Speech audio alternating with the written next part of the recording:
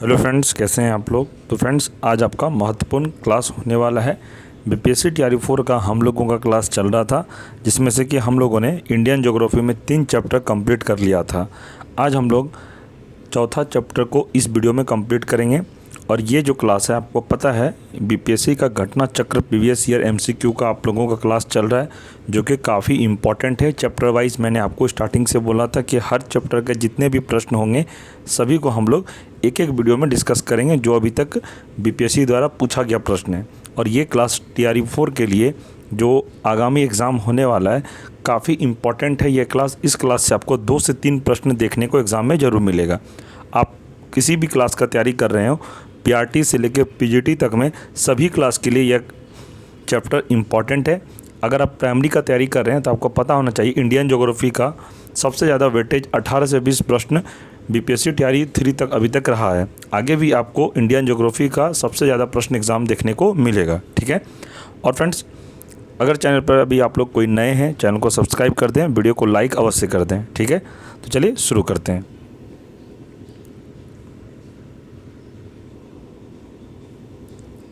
प्रश्न है, तमिलनाडु के प्रमुख वर्षा ऋतु है। तमिलनाडु की प्रमुख वर्षा ऋतु है तो क्या है, कब से, तो अक्टूबर से दिसंबर तमिलनाडु की प्रमुख वर्षा ऋतु है, ठीक है। अक्टूबर से दिसंबर आपको याद रखना है। तमिलनाडु में मानसूनी वर्षा उत्तर पूर्वी मानसून के कारण होती है। यह मुख्य रूप से अक्टूबर से दिसंबर अथवा जनवरी के मध्य तक जारी रहती है, ठीक है। तो याद रखिएगा इसको।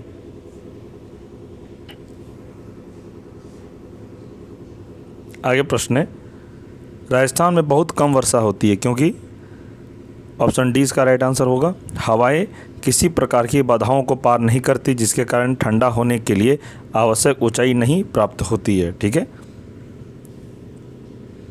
व्याख्या पढ़ेंगे इसका। राजस्थान में मानसून की सर्वप्रथम दक्षिण पश्चिम शाखा प्रवेश करती है। यह अरावली पर्वत माला के मानसून की समांतर होने के कारण राजस्थान में कम तथा अनियमित वर्षा होती है। यहाँ पर चलने वाली हवाएं किसी प्रकार की बाधाओं को पार नहीं करती, जिसके कारण ठंडा होने के लिए आवश्यक ऊंचाई नहीं प्राप्त होती है और यहाँ अधिक गर्मी बनी रहती है। इस कारण राजस्थान में वर्षा कम होती है, ठीक है। तो आप ध्यान रखिएगा। आगे प्रश्न है, उत्तर पश्चिम भारत में शीत ऋतु वर्षा का मुख्य स्रोत क्या है। तो क्या है इसका, तो पश्चिमी विक्षोभ, ठीक है। व्याख्या देखते हैं कि उत्तर पश्चिमी भारत में शीत ऋतु वर्षा का मुख्य स्रोत पश्चिम विक्षोभ है। यह वर्षा मुख्यतः भूमध्य सागरीय पश्चिम विक्षोभ से प्राप्त होती है। ये वे शीतोष्ण कटिबंध चक्रवात है जो उपोष्ण पछुआ जेट पवनों द्वारा इराक, ईरान, अफगानिस्तान, पाकिस्तान से होते हुए भारतीय भूभाग तक प्रवाहित होती है। पूर्व की ओर बढ़ने पर इनमें वर्षा की मात्रा में कमी देखने को मिलती है, ठीक है। राजस्थान में इस वर्षा को मावाट कहा जाता है। पश्चिमी विक्षोभ से औसत वार्षिक वर्षा का लगभग 3% प्राप्त होता है। इम्पॉर्टेंट है, याद रखिएगा। आगे प्रश्न है, भारत के उत्तर पश्चिम भाग में शीत ऋतु में वर्षा का प्रमुख कारण है। तो क्या प्रमुख कारण है, तो पश्चिमी विक्षोभ, ठीक है। आगे प्रश्न है, दंडकारण्य में सर्वाधिक वर्षा किससे होती है।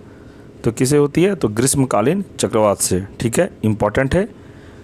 व्याख्या देखते हैं। दंडकारण्य में सर्वाधिक वर्षा ग्रीष्मकालीन चक्रवात के कारण होती है, जिसका मुख्य कारण वहाँ की स्थलाकृति है। महानदी बेसिन चारों तरफ पर्वत से घिरा है, जिसके कारण महानदी घाटी में प्रविष्ट धाराएं चक्रवातीय रूप ले लेती है और छत्तीसगढ़ में लगभग 150 सेंटीमीटर वर्षा होती है।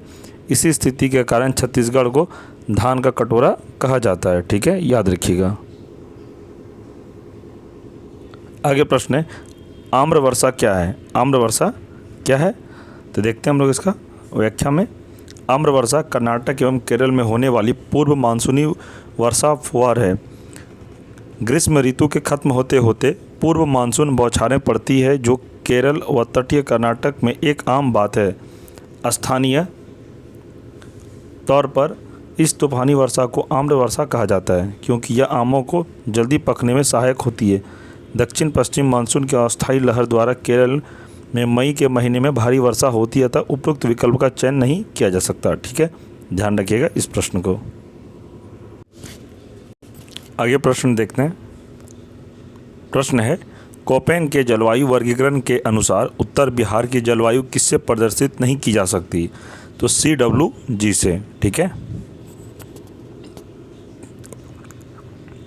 व्याख्या में दिया गया है कि कोपेन ने अपने जलवायु वर्गीकरण का आधार तापमान तथा वर्षण के मासिक मानों को रखा है। कोपेन की जलवायु वर्गीकरण के अनुसार उत्तर बिहार की जलवायु CWG से प्रदर्शित की जा सकती है।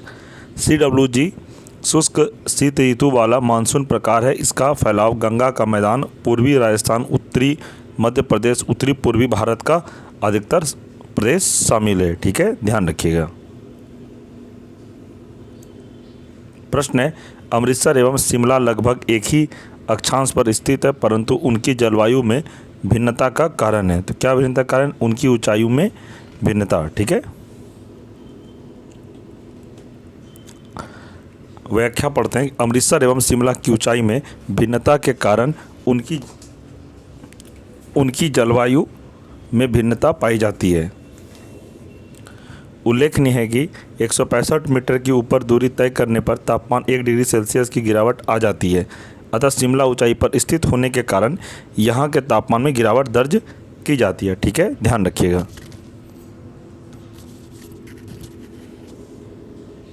आगे प्रश्न है, निम्न राज्यों में से किस राज्यों में जाड़े के मौसम में बारिश मिलती है? मतलब इसका आंसर क्या होगा? इसका आंसर है तमिलनाडु, बी। ठीक है, तमिलनाडु में शीतकालीन वर्षा उत्तरी पूर्वी मानसून से होती है। वर्षा ऋतु के बाद जब मानसूनी पवनें लौटती है तो वह बंगाल के खाड़ी में जल वाष्प ग्रहण करके उत्तर पूर्वी मानसून के रूप में तमिलनाडु में वर्षा होती है। ठीक है, ध्यान रखिएगा। आगे प्रश्न है, भारतीय मानसून मौसमी विस्थापन का कारण है। तो क्या विस्थापन का कारण है? तो स्थल तथा समुद्र का विभेदी तापमान। ठीक है, व्याख्या में दिया गया है कि भारत में मानसूनी मौसमी विस्थापन का प्रमुख कारक स्थल तथा समुद्रों का विभेदी तापमान है। स्थल के अत्यधिक गर्म हो जाने तथा समुद्र के अपेक्षा के ठंडा रहने के कारण ही मानसूनी हवाएं समुद्र से स्थल की ओर चलती और वर्षा करती है। ठीक है, ध्यान रखिएगा। और फ्रेंड्स, आपको किसी भी तरह कोई डाउट हो एग्ज़ाम से संबंधित, आप हमसे डायरेक्ट बात करना चाहते हैं। बहुत सारे स्टूडेंट का मैसेज आया था और टेलीग्राम पर कि सर आपसे फ़ोन पर बात करनी है, तो कमेंट भी बहुत सारा आया था कि आपका व्हाट्सअप नंबर क्या है, नहीं है। तो मैं आपको कॉन्टैक्ट नंबर दे देता हूँ, 9709427320। इस नंबर पे आप हमें फ़ोन कर सकते हैं या आप हमें व्हाट्सअप मैसेज भी करके बात कर सकते हैं। ठीक है, कोई भी डाउट हो एग्ज़ाम से संबंधित या क्लास से संबंधित या आपको नोट्स नहीं मिला टेलीग्राम पे, तो आप इस नंबर पे मैसेज करके बात कर सकते हैं। ठीक है, चलिए प्रश्न देखते हैं। निम्नलिखित में कौन सी वायुमंडलीय विशेषण भारतीय ग्रीष्म मानसून के प्रदर्शन से संबंध है? तो आंसर है इसका ऑप्शन ई, उपरोक्त में से कोई नहीं, उपरोक्त में से एक से अधिक। इसका हम लोग व्याख्या देखते हैं। मानसूनी वर्षा भारत की जलवायु को निर्धारित करता है। भारतीय ग्रीष्म मानसून के प्रदर्शन के प्रमुख कारक उष्णकटिबंधीय पूर्वी जेट स्ट्रीम, भूमध्य रेखीय निम्न वायुदाब अभिसरण क्षेत्र का ग्रीष्म ऋतु में उत्तर की ओर खिसकने को माना जाता है। ठीक है, ध्यान रखिएगा।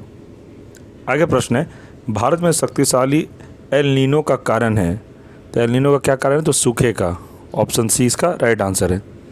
व्याख्या दिया गया, जिस वर्ष एल नीनो की सक्रियता बढ़ती है उस साल दक्षिण पश्चिम मानसून कमज़ोर पड़ जाता है। भारत में एल नीनो के कारण सूखे का खतरा सबसे ज़्यादा रहता है। ठीक है, ध्यान रखिएगा। चैनल पे कोई नए हैं फ्रेंड्स तो चैनल को ज़रूर सब्सक्राइब कर दें, वीडियो को लाइक आप लोग अवश्य करें।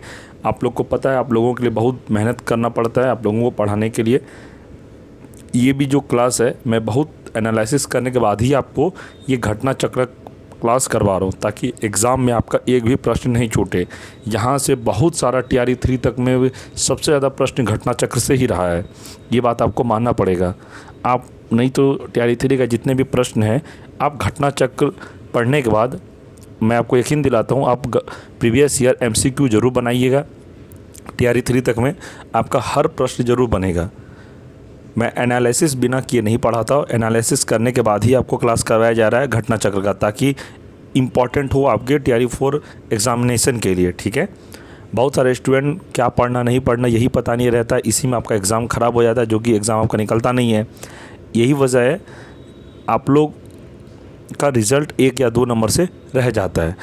इसीलिए मैं कहता हूँ फ्रेंड्स, कोई दिक्कत नहीं है, आप आराम से पढ़िए। जो मैं पढ़ा रहा हूँ, मैं एनालिसिस बिना किए नहीं पढ़ाता, सारा कुछ देखने के बाद ही आपको पढ़ाता हूँ, ठीक है।